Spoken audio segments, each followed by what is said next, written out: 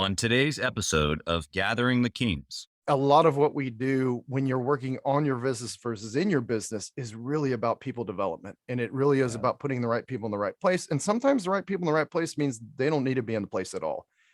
You are listening to Gathering the Kings with Chaz Wolfe, featuring fellow 7, 8, and even 9-figure business owners who have real battle scars from business and life, but have prevailed as the king that they are designed to be. We welcome high-performing entrepreneurs to the stage in order to reveal the real of the real on what it takes to build a successful business today. We dissect the good and bad decisions they've made along the way that give a true and accurate picture of the journey of success and how you too can get there. Through this dialogue, you will learn the value of growing your network and surrounding yourself with power players and kings like today's guest.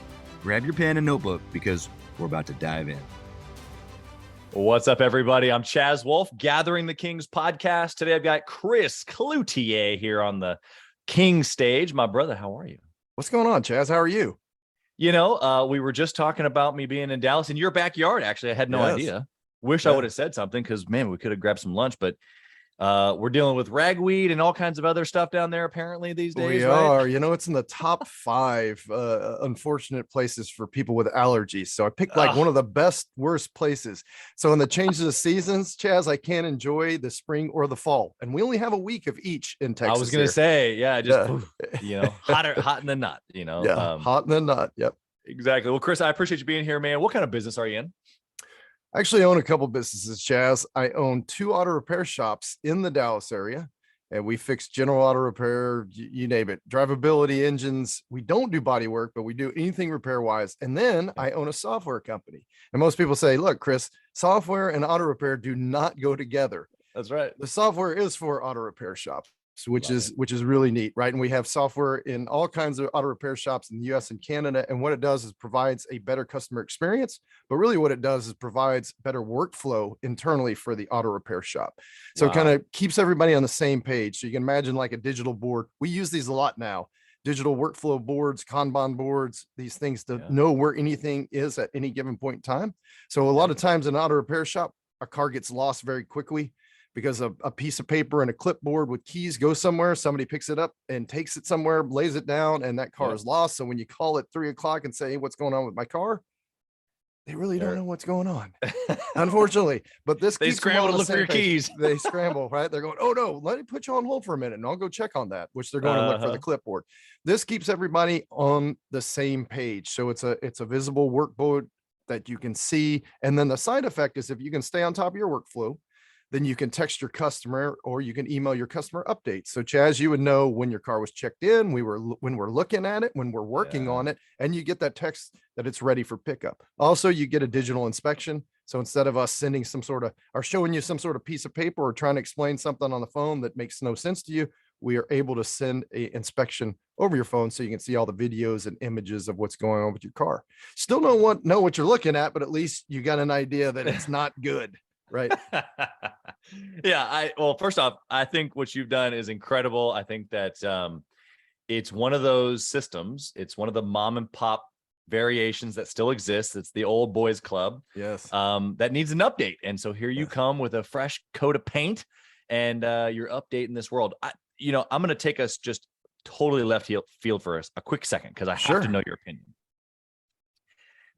So me being a franchise owner of Edible Arrangements, obviously over the course of 10, almost 11 years we've owned lots of vehicles and done thousands of deliveries and we're in shops very similar to yours and the ones that you service with your software across the country. And if there is one business that just gets me in the core of who I am, it is the freaking auto repair place. And so I got to know your opinion on this because to this day, I know a lot of people. I network. I provide value. I have a podcast for crying out loud that I make no money from. I'm all about relationships and doing the right thing. Yes. I do not know a repair shop that I trust. Yes. How is this possible? 3 out of 4 people, Chaz. 3 out of 4 people have had a bad experience with an auto repair shop. We rank up there with the IRS and I think we're worse than dentist's office. I think like people when they go, the problem is that they call it the money light. When that check engine light pops on, people are like, oh crap, it's just going to cost me money. And I don't know how much money it's going to cost me. So that's awesome. So with this product, Auto Text Me, that we created, the whole idea is to create this transparency and connection with the customer, because we can create transparency now. And I'm going to tell you this, there's a lot of really good auto repair shop owners out there. There's a lot of them. The problem is I think they get backed in the corner a lot of times. We do make mistakes. In this business, in auto repair, you're going to make a mistake. You're going to put on a wrong part, or you're going to misdiagnose something. And a lot of auto repair shops, instead of just admitting the mistake and saying, hey, Chaz, you know what? We're sorry, we made a mistake. Let us fix it for you quickly and let us get that back in. And you know what? No charge, Chaz. We apologize for that. You know, the customers we do that with, they actually become some of your best customers because of that honesty. They become loyal. Yeah, but unfortunately, a lot of times when we make a mistake in auto repair, we go, oh no, not our mistake. Oh no, you need to do that. So it is tough. And a lot of times, you know, you fix one thing and something else does break. I mean, cars, once they start breaking, unfortunately, once they get past a certain amount of mileage, manufacturers don't want them to continue to run. They want you to buy a new one. So they don't really want you going to auto repair shop. They want you trading it in and buying that latest, greatest car that they have on their lot. So yeah, it's unfortunate, Chaz. You know, if you lived in Dallas, you could go to Golden Rule Auto Care. I promise you that it would be one of the greatest experiences you would ever have when it comes to auto repair. Now, there's another thing, Chaz, you need to realize most people don't save up for auto repair. So we save up for our iPads, we save up for the latest iPhone, and then we think cars are going to drive and they're going to stop, and then they don't, and we don't have the $1,000 to fix them, unfortunately. Right. Yeah. Yeah. I think that it's the honesty piece that you mentioned, that if people, well, I guess it's the two-sided to that. One side is being honest, because the other side, most people like me don't have a clue how to fix the problem. And so there's this like savaging on my ignorance. Right. And so not only has that happened to, like you said, a good chunk of people, then now it's like, well, wait a second, now I'm vulnerable, right? I've realized that I was taken advantage of. And so now I'm gun shy, even with the person who might do a good job. Yes. No, it's not uncommon. It's tough, man. It's tough. So obviously not what we're here to talk about. Just had to throw that out. It's the one business that I don't want to get into, that I've said for years, I'm going to freaking start a mechanic shop, because nobody anywhere is honest. This is crazy. Hey, we're Golden Rule Auto Care, right? We live by the golden rule, not the man with the gold rules, but treat others as you want to be treated. And Matt, I'm telling you, you go look at our reviews online. I mean, we're 4.9. We are highly rated online. We got to figure out how to franchise this much. Yeah, absolutely. Yeah. Hey, there you go. Chaz, there's your new business model. We'll figure out how to franchise it in your area. There we go. There you go. Okay. Well, so what I want to know really while we're here is how you became so successful. So let's change gears. I want to know, Chris, at this level, you're several businesses deep. You're servicing clients in the Dallas market. You're serving clients across the country with your software. Why are you pushing so hard even at this point? Like, you probably, in consideration of all things, have made it. Right. But like, you're still grinding, you're still at it, you're still pushing it. I want to know why. What makes you two things. One is the wisdom, right? How do we ever, and I read a lot of books and I read a ton, and you always read about these guys who have these great experiences, these women have these great experiences and great stories, right? And we think, oh, we want to live that story. But as business owners, as soon as things get hard, we're like, oh, no, we don't want to live that story. Well, that's our story, right? And the only way you can really gain true wisdom is by taking these journeys. And sometimes those journeys are very uncomfortable. It's leveling up, Chaz. When you play a video game, and I don't play many video games because I run multiple businesses and I have a family, wife and kids, and I like to spend time with them. I was telling you this weekend, I was out at soccer games. That's right. In a video game, every level you get to, you got to learn a certain amount of skills. And that next level is never easier.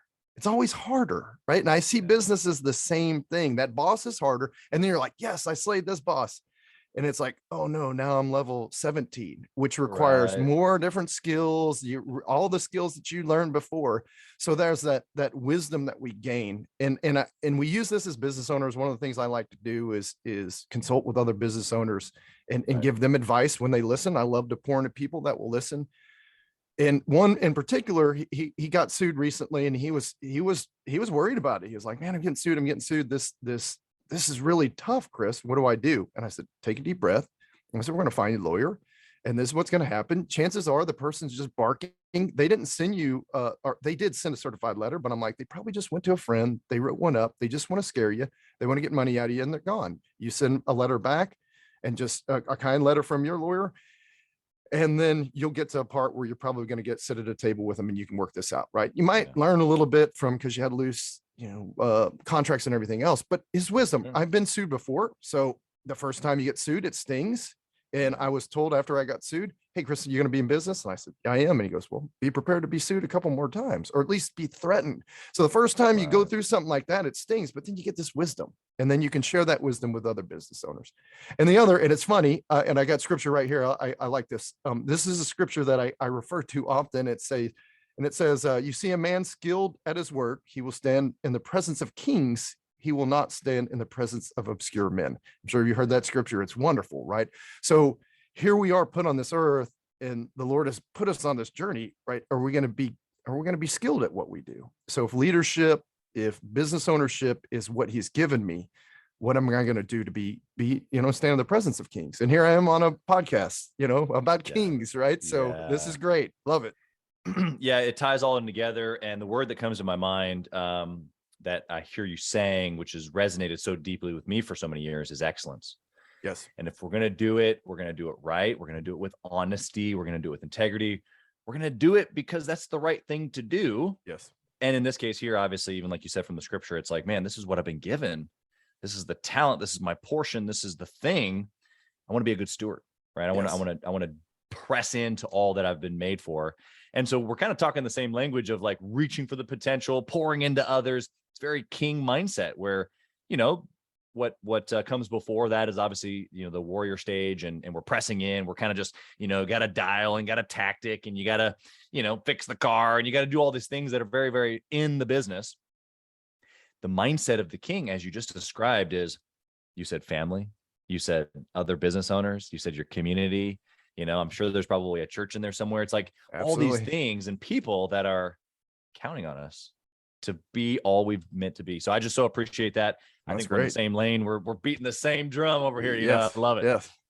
I want to know, let's flip back into your story. How did you even get started in business? Was the auto repair shop the first business, or was there one before that? Tell us your journey. Oh, my first real journey was a rock band. And so my parents have always been super supportive. Yeah. Most people are like, rock band, really? Yeah. So, I've probably done it other than playing hockey. I don't think I've ever played ice hockey. I tried one time, didn't do very well, but I've done pretty much everything else. Wow. 17, 18 years old, I'm working an intern with my father at one of his businesses. And he was pretty miserable. And, I was like, Dad, I'm pretty miserable in life. And he said, oh, well, son, what do you want to do? What do you want to be? And I said, well, I've been playing on guitar, and I really want to start a rock band. He said, well, son, you should start a rock band. And, for my father, he's a very conservative man. So I'm like, really? My dad's telling me to start a rock band. And that really set me off on a journey of learning business. And a lot of people don't understand that there's a lot of business in a rock band, and there is.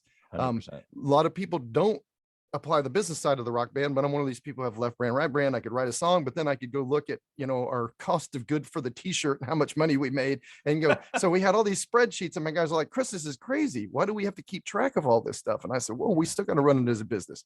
So it's great. I learned a lot about guerrilla marketing and how to promote, the music and the product, and how to rise above everybody else, because you have thousands of bands every other day forming. So that was one of the first journeys. It's funny, I even created one of my first software products, and it was how we do geofencing now. Well, this was geofenced email marketing, and this is 15, 20 years ago. So what I would do was collect the zip codes from our audience, and everybody's like, that's weird. I'd collect their email and their phone number and then the zip code. And then what we would do is, whenever we played in that market, we would send a random email. It would take one of the 4 emails from the different band members, attach a kind of this custom made email to this person, sign it by this other band member, and only send it to this area, because when we were playing in Dallas, the people in Houston didn't want to come be spammed by our email. And that's what all bands did. And I thought, this is great. So I downloaded it in, people would respond, because back then they didn't know that there were emails that were, generated by robots or whatever. And I thought, I'm going to go sell this to other bands. I'm going to sell it for $15 a month, because every local rock band I know could use this. And I could not find one band, because we don't have any money. If you know anything about rock guys, we spend all our money in equipment, but we have money left, and we make $0 at the door of the show. We make no money. Yes. Right. So I couldn't sell this. So that was one of the first journeys that really set me off on entrepreneurship. I do you think that you mentioned left brain, right brain, your ability to kind of do both and all these spreadsheets, did that come from, you mentioned kind of slight in there that your dad had multiple businesses, or was this taught to you beforehand? No, just the way that you're operating? He was a conservative man. He was a good family man. My mom did not work. She did. She worked at the house. So she took care of the kids. We had 6 kids. No, he's very conservative, had a job. He's one of those lifers. 20, 30 years, he would stay at the job. So that's why it was so surprising when he said, go start a rock band. I'm like, it was very out of character for him. Yeah. To say that. So a little bit of the structuring of running this band like a business was just kind of in the DNA, which I love. It's how you're designed, right? Yes. Yes. Okay. And so where along the journey did auto repair come in? I've struggled back and forth between working for other people and then working for myself. So I've bounced into entrepreneurism. I've bounced back into, so there's scripture in there that talks about, work in the morning and work in the evening, and you'll never know which one's going to, provide the fruit, right? Plant your seeds in the evening. So I heard that a long time ago when I was young, and I'm like, oh, so this means I can have I could go to college and then I could work at night. Or I could go in college. I could also work at night, and I can play in a rock band. So I always had multiple jobs. So I always had this entrepreneur bug growing. And then typically I'd go work in some corporate job. So it wasn't until really probably 8-9 years ago that I really said, you know what, I'm done. I'm going to focus on being an entrepreneur and not work for other people anymore. And so that's where I really got to a point where 8-9 years ago, I've taken salary hits before. This one, I said, you know what, I'm just going to take the hit and, just concentrate and focus on these businesses. And so I have, and it's been freeing. It's been awesome. It's been tough. But you had talked about it before, accidental success. Absolutely. I'm a victim of accidental success in my early years. Now, multiple businesses, and I can replicate the success. I really believe that I've found a lot of the formula into replicatable success. And there's a lot of things. It's not one thing, right? As you know, there's a lot of things to replicate success. Well, I love that perspective. And I think it sets us up to parlay right into some of my next questions.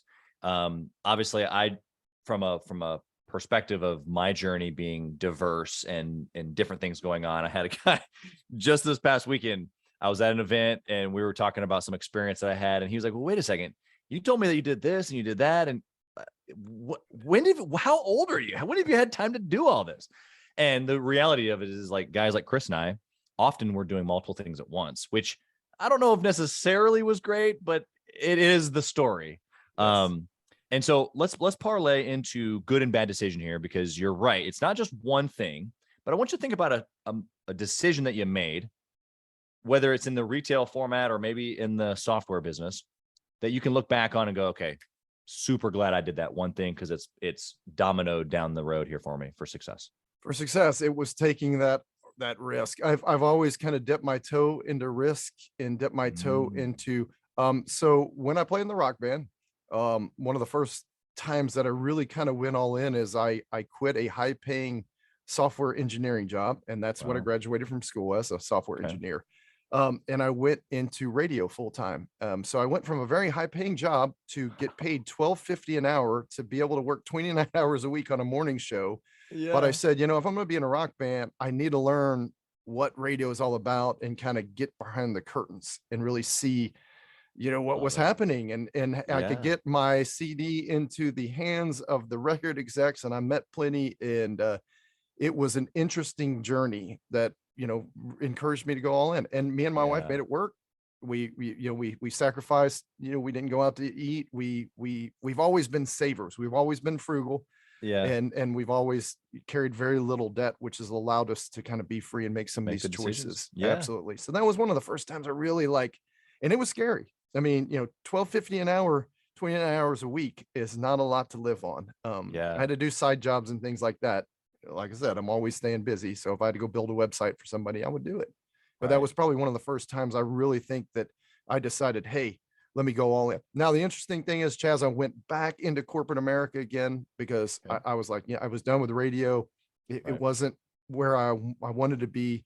Sure. And then a couple years later, I'm online, I'm miserable at my job again, and I'm looking on Craigslist and I see an auto repair shop for sale for $75,000 on Craigslist. I call up my brothers and say, let's go buy this auto repair shop. One of them backed out. The other one said, Chris, I'm making a lot of money. He's a technician. He's working for another shop. And he goes, man, I'm making a lot of money. We're not going to be able to pay me to go into this shop. And I said, the only way it works is you go to the shop. And I prayed to the Lord. I'm like, just let us find the income to pay him. Took a pay cut. And sure enough, and that was the beginning of all the things that we have now, which has been awesome. It's been a great journey. I love that little last piece that you added, because it's not just about the sacrifice. It's the sacrifice unto the greater reward, which in this case, although small, it was the sacrifice unto it working out for him, for you guys, all of that. But even before that, just this language of going all in.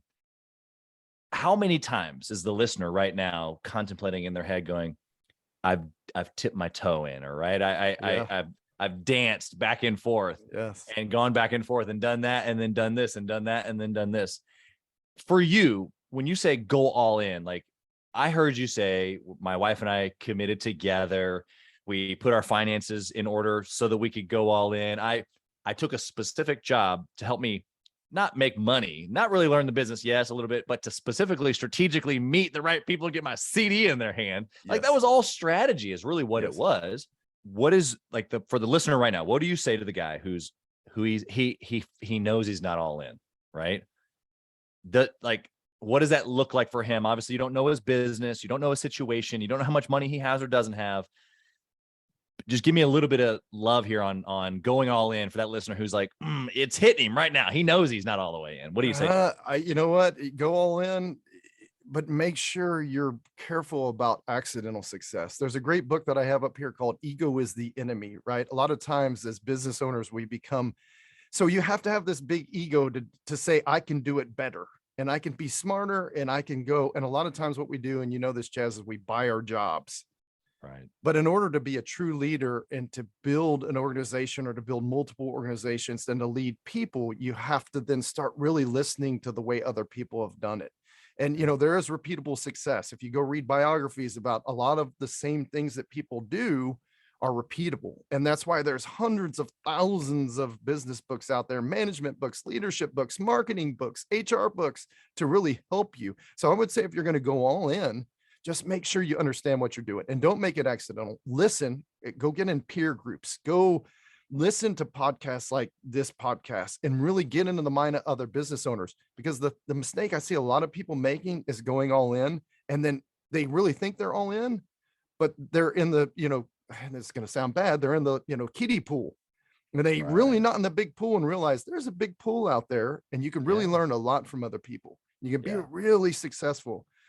Other than just having the one employee or the two employee. If you really want to go on, you can learn a lot from other people. And once again, create that success that, I've over 50 employees now, which is insane because people are like, you ever thought you? No, absolutely not.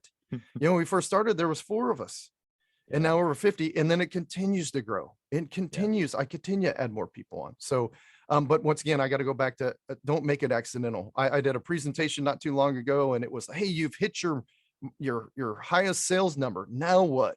I'm like, well, make sure there was profit in there. Make sure you knew what you were doing to get that and then repeat it. Because, and here's the thing, Chaz, I did it with auto repair, one shop. We've done it with 2 shops. We've done it with a software company. And like you, I have other companies I won't even talk about that have been successful as well. Because there's formulas in there that you've actually, you got to absolutely know and apply. Yeah, you're 100% right. The framework, I guess, for the person who's listening, who's maybe not at that $1 million mark yet, the four four pieces of a business, and I want to know your thoughts on this, but I've categorized it as marketing, sales, client fulfillment or journey or experience, and then your finance, and then repeat. Those four things repeat. And then you just got to do it faster and more often and repeatable, just over and over and over. What would you say to those four things? Do you agree, disagree? You want to add anything? I'll give you the stage on that. Oh, no, I agree. I agree with what you're saying. I broke it down to 5. I think you had HR in there. Was that? Yeah. I mean, team building's in there for sure. Team building, human relations, a lot of what we do when you're working on your business versus in your business is really about people development. And it really is about putting the right people in the right place. And sometimes the right people in the right place means they don't need to be in the place at all. And that's hard decisions that we make as I think business owners, and then making sure that you're setting up the guidelines for them, make sure they have goals that they're trying to reach. I've always heard it as this, you football game, you know where the goalposts are. As leaders, do our employees know where the goalposts are? Are we constantly shifting those goalposts? Do they know what the rules are in the game? Do they know when a flag is going to be thrown? Do they know out of bounds? Do they know all these things? And a lot of times we don't define these because we're like, oh, they should know. Well, no, we know, but how are we relating that to them to know? So I think that team building or team success, is a big key piece of that. I think if you can build a team and build them in the right way, I think you can do anything. Honestly, you really can, right? By building the right teams.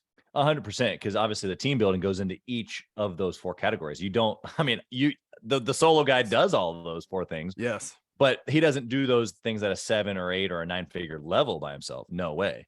Yes. And so you're right. And it's interesting language. I'm going to have to kind of like catapult that in there because it's those four things, but it's when you build teams in those four things that actually allows for the growth. And then I would say probably the next layer to team building is then key roles in the team. Yes. Love to add anything there? Yes, key roles. I mean, I'm a big right brain, left brain person, visionary, and go out and look at things and create things. I'm creating a super cool product right now. It's AI, machine learning, cameras in the bay right now. We're looking at 100% bay efficiency. A car pulls in, we can tell how long it's been in there. We can tell you how many bays it's been. We're also looking at object recognition of bodies on cars, so we can look and so it's really deep analytics in an auto repair shop. So this all leads to if you're going to take this data, what can you do with this data and how can you apply it? And then how can you go sell it? But if you're looking at the right people in the right place, where are they in building all of your structure? Where are they, fitting, or where are they, where are they supposed to be? And that's tough, right? I mean, KPIs, keep them in check, but creating your not symptom sheets, but your sheets where they know what they are, job descriptions. Sure. Also big on them setting goals for themselves. So not only do they know their job description, but then they go and they write down their goals at the beginning of the year to say, hey, I'm not only going to hit all the job description I have for here, but here's extra goals that I'm going to do. I also require training in my companies, a certain amount of minimum training per each person on their role, to make sure that they're constantly understanding that we're also in a learning environment to develop these people and develop their own skills. Totally. Love it. All right, let's flip the coin, Chris. Tell me about a bad decision, one that didn't feel so good when you made it. Well, and I'm going to go back to, one of the first early businesses. I was still working for a software company. I'm not going to mention what it was. So I had my day job. And then at night we were going and building websites for other companies. And we were building them for big, like ABC radio networks, Frito-Lay. Wow. This was back when everybody wanted a www, but nobody knew how to build them because you didn't have Wix and all these places you could go build things. Right. So we were making all kinds of great money, but it all kind of came to a head when we got sued, threatened to get sued, because I was writing contracts. And what I would do is I'd download them from the internet. I'd change a couple things and I would go hand them to the customer. And we delivered what we thought we should deliver as a product. And we got a pretty heated email that said, nope, you're going to deliver all these other things. And we said, well, it's going to cost more. And they said, nope, because your contract doesn't really call that out. And then they started getting a lawyer involved and threatening lawsuit and all this. Wow. Yeah, that was tough. And on top of that, we weren't paying our taxes. Oh, so we were making all this money and we weren't turning our quarterlies in. So we had a stack of IRS bills. So my other partner at the time, he was the CFO and he knew as much as I did on accounting as I did on writing business contracts. Right. It was bad. So very bad, and it stung. We had to end up paying a whole bunch of money. We ended up getting a lawyer to help us out, and we went through the whole lawyer talking to lawyer thing, and they settled outside, and we ended up building a website for them. But the two things I really learned were, make sure you have a good accountant and make sure you have a lawyer. And whether that's a family friend or whatever, make sure you're running contracts through your lawyers, and make sure you have a good accountant that understands your business, that understands your numbers, that is going to work with you. I know a lot of people are like, no, you switch accountants every couple of years. I'd say find a good one. And if you find a good one that you have a relationship with, stick with them. Yeah. Because that's two things, like, it's finding a good auto repair mechanic. Yeah. Chaz, if you can find a good one that you trust, I'm never like leaving. a good doctor. Yeah, you're never going to leave them. Right. So it's the same, right? Exactly. It was tough lessons. I'm waiting for this Dallas-based franchise to come to Kansas City, and I'm never going to leave. Right. Such good information. I think that we all, every single, and I'm gonna say 100% of entrepreneurs have made the tax problem Yes. issue. We get really excited. There's a lot of money there, and then the bill comes, and you're like, oh yeah, that's right. I didn't calculate for that. And so I think the Uncle CPA Sam will come knocking. He will. I can't tell you how many times I've, this is a little bit more for the listener. Somebody's doing 500,000, 800,000, somebody's doing 2 million, and they're trying to, on their own. And, okay, fine. If there's somebody on your team and you're doing it in-house and it's like good in the house, fine. But stop.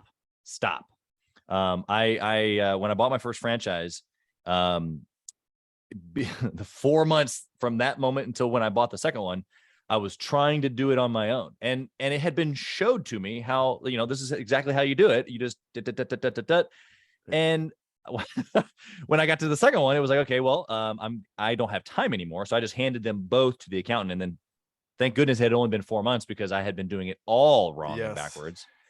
And what seemed like such a simple task was literally backwards, I'm pretty sure. And so thank goodness I learned that one like you did early on. It costs a little bit of money, a little bit of a sting, but we don't have to relearn that one. My suggestion to the listener right now is just, whether you've learned that one or not, just stop, go hire a CPA, accountant, bookkeeper, all of it packaged into one. It's a couple $100 a month.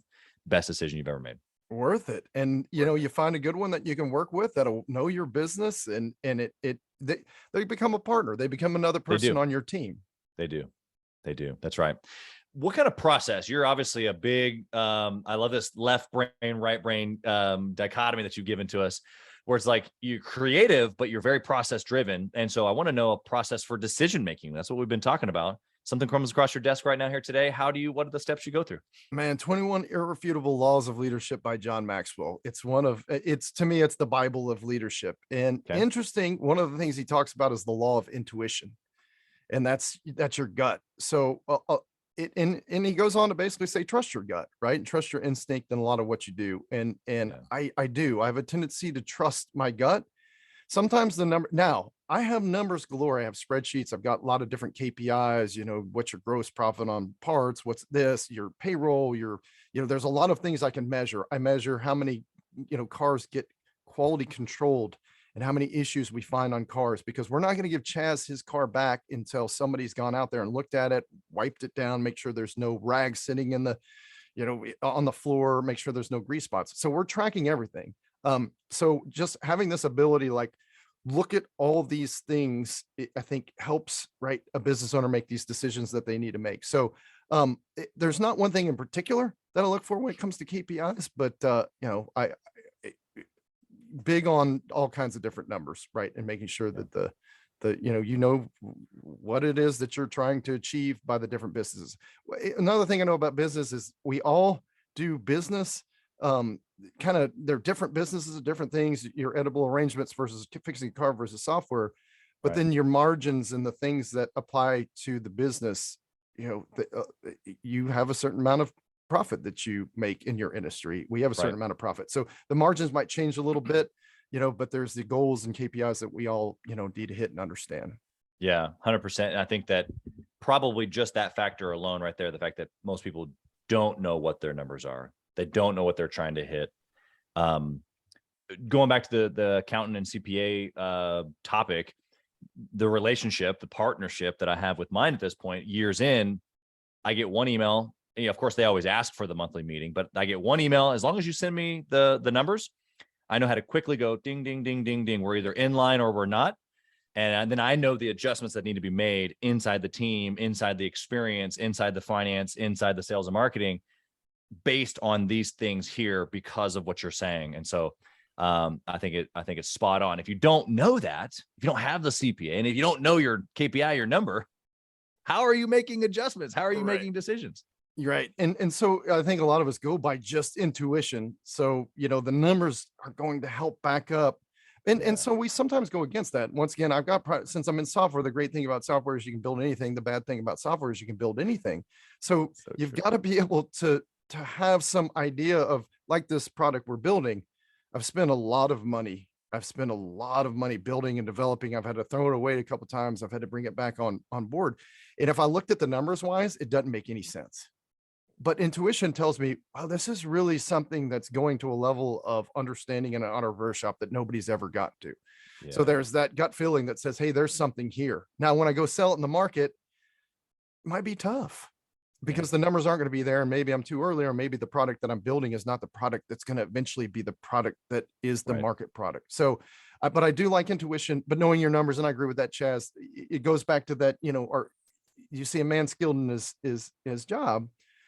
Are you skilled? Just because you're not good at numbers doesn't mean you should not know your numbers, because those can help you make decisions on and potentially save you sometimes from horrible decisions.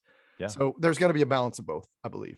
Yeah, no, you're 100% right. I think that, man, how you started it with intuition actually is how we'll end it, because that in itself is a skill set, I think, of not only acknowledging, recognizing that feeling, knowing when to press or when to pull back. That even in itself is a skill. And so even just that topic of intuition, it's not just a gut or a heart or a feeling. It's this learned experience over the course of time that you can then look back on, which is the same thing as numbers and KPIs and logic. It's this emotion and logic together, working together as entrepreneurs, that we can apply both to situations and be able to try to make the best decisions in every situation. Yes. Agreed. All right. I'm gonna go speed round on you here, Chris. All right. I'm ready. Okay. First question. We're talking about tracking. We're talking about the KPIs. If you could only pick one, what would you track forever and ever? Oh my God. It is not an easy one. It would have to be on the net, right? Net profit. If you're not making money, who cares how much gross you're doing? And everything to me leads to net, and that's not to be a greedy thing. Net profit's not a dirty word, but if you're not making money and you're losing money, why are you in business? I knew a guy who was up in Canada. He was making $10 million. He was losing $900,000 a year. I knew a guy who was making $320,000. Another auto repair shop, he was making net 20. And the question was, which one would you want to be? The guy up in Canada, or the guy who's making net 20 on 320? And most people are like, oh, $10 million. I'm like, guy's not making anything. Yeah. It's great, $10 million, but you're losing almost $1 million. Wow. I don't know. I'd rather be the guy who's making a little bit of money. Yeah, exactly. Yeah. What's that? That's the adage. It's not how much you make, it's how much you keep. There you go. I think that the margin there speaks to the truth. What book? You've already given us one or two others earlier. I can't remember, but what book would you recommend for a 6-figure business owner specifically? Scaling Up. Love that one. Think and Grow Rich is another good one. Those two, and Ready, Fire, Aim. Those are a couple and a lot of them talk about, I know I throw lots of books. No, it's good. All of them are like ding, ding, ding. Yeah. Ready, Fire, Aim. Taking a business from 1 to 1 million is different than taking a business from 1 million to 10 million, and then 10 million to 50 million. And a lot of these really tell you, and help you understand what it takes for the different levels of business. Yeah. Yeah. I was just on another podcast earlier this morning, and we were talking about the book, Think and Grow Rich. Yes. I read Think and Grow Rich every September. I just came out of that kind of deep study. And man, I think I'm just going to start a podcast just about that book, because it's like, it's the cornerstone, the foundation for all other, success principles that exist.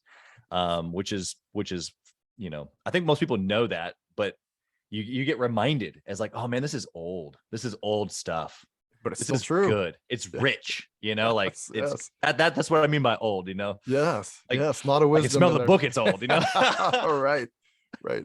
Yes. It's a great book. Great one. What do you think about intentionally networking and or masterminding with other entrepreneurs? I think it's required if you're gonna create repeatable success, that you need to be in a mastermind group. I'm actually in 3, Chaz. See, there you go. You got to work in your business. That's working in your business, not on your business, when you're in a mastermind group. Yeah. How so? And how do you switch that to working on? So the reason why I really like these different business groups is because they give you a different perspective. It's not necessarily somebody telling you what to do. It's somebody telling you how they did it. And a lot of times we only see our own backyard, and we don't realize how nice or how crappy our backyard looks until we go and look at our neighbor's backyard and we go, oh, wow, I'm going to get a grill here. I'm going to do this. It's just a different perspective. We only see our perspective. So if you're in a room with 12 other people, you're in a room of 20 other people, you're in a room of 6 other people. They're going to give you a different perspective when you have that problem or that issue or that thought. And they're going to tell you what you want to hear. It's feedback is a gift, right? You can either take it and throw it away, or you can keep it and use it. A lot of people, immediately throw it away, or they say, I don't want it. I see it like a gift on Christmas morning. Take it, open it up, say thanks for it. And then what you do with it after that person leaves is up to you. You can regift it, throw it away. But so in these groups, you get feedback, you get a different perspective, and that allows you to gain wisdom that you wouldn't have to gain by going through and making these mistakes that other people have made. Yeah. I love your perspective on perspective, because some of the language that I use with our Gathering the Kings masterminds, it's like, even if I'm not the one talking about the issue, right? John has an issue. Chris here today is giving John feedback. I get to the value of being in the room and still listening, hearing the problem and the other side of the potential solution. And I get to walk away, not have even shared anything, and going, wow, I think I'll take that one with me today. Or, you know what? I don't know how I can use that. No big deal. I get to regift it. But man, you want to talk about valuable, just being in the room where there's ideas and this community of everything you just described, even if you're not necessarily the one receiving the feedback, which I just think that that's just like another layer of value. When you can get that from people and not have to be the one, quote unquote, receiving. You're right. That different perspective. I had a boss that, interestingly enough, and he would ask me this, we'd drive down a street and he would go, hey, what would you put here in that strip mall? What would you put here in that strip mall? So when I go to these meetings too, you're right. I'm not necessarily the person giving the feedback or receiving the feedback, but I'm sitting there thinking, man, if I was in their shoes, what would I do? And what would I, and as business owners, right, that different perspective of, who knows, maybe one day I'll want to go open edible arrangements. And I got a guy who understands, who's gone through the good and the bad. He's done these things, right? So yeah, I'm in groups with other auto repair shop owners, restaurant owners, you name it. And a lot of them it's a great perspective. You're right. Just getting that insight of somebody else's business is sometimes just wonderful. Yep. I love it.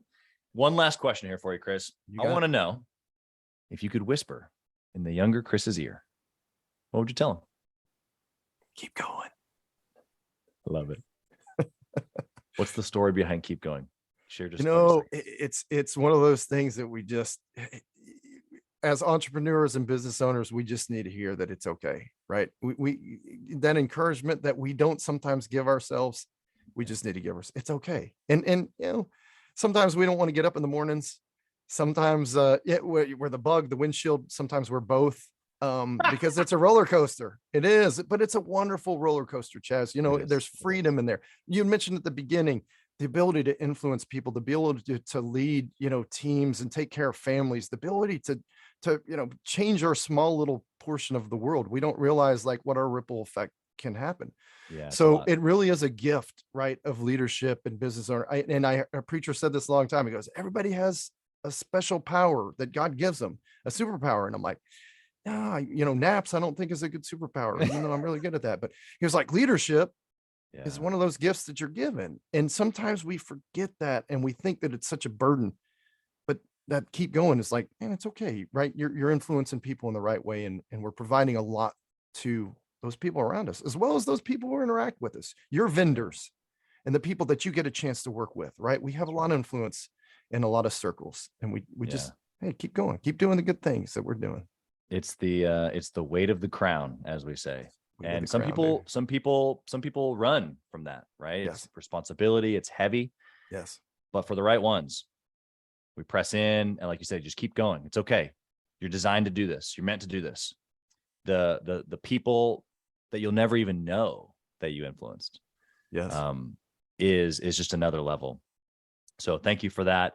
How can the listener connect with you, whether they're in the Dallas market and they're looking for a trustworthy auto repair shop, or maybe they're an auto repair owner across the country? They need your software. Maybe they're just a good business owner looking to reach out to another. How can they find you? Absolutely. GoldenRuleAutoCare.com is the auto repair shops. Autotext.me, AUTOTEXT.me. And you can find me on LinkedIn, Chris Cloutier, and you'll find Golden Rule Auto Care, or you'll find Autotext Me. So hit me up LinkedIn or hit me up via either one of the websites. And I love talking business. And Chaz, I really appreciate this. You know, as one of the things that I think we get to do as business owners is sharing our experiences. And a lot of times business owners don't feel that they have anything to share. Right. And that's kind of the mistake of a lot of people not wanting to get into peer groups, because they're like, well, what do I have to add to the discussion? So true. You have everything. If you're taking this journey, I have such a mad respect for anybody who's willing to take that leap we talked about and go all in into the pool and not just dip their toe. It takes a lot. So I reach out, love it, love talking to people, and love, bouncing ideas off of other entrepreneurs. So I appreciate the opportunity, Chaz. This has been great. Of course. Thank you for serving, not only here today, but opening yourself up for people to reach out. It's incredible getting to know you personally. Selfishly, I took away several things here today. So thank you for that. And I personally look forward to where the relationship's going to take us. Blessings on your family, your business, everything that you got your hand to. Thank you so much for being here. Thanks, Jess. Thanks for listening to Gathering the Kings. We hope you got a ton of value today and learned a thing or two about taking your business to 7 figures and beyond.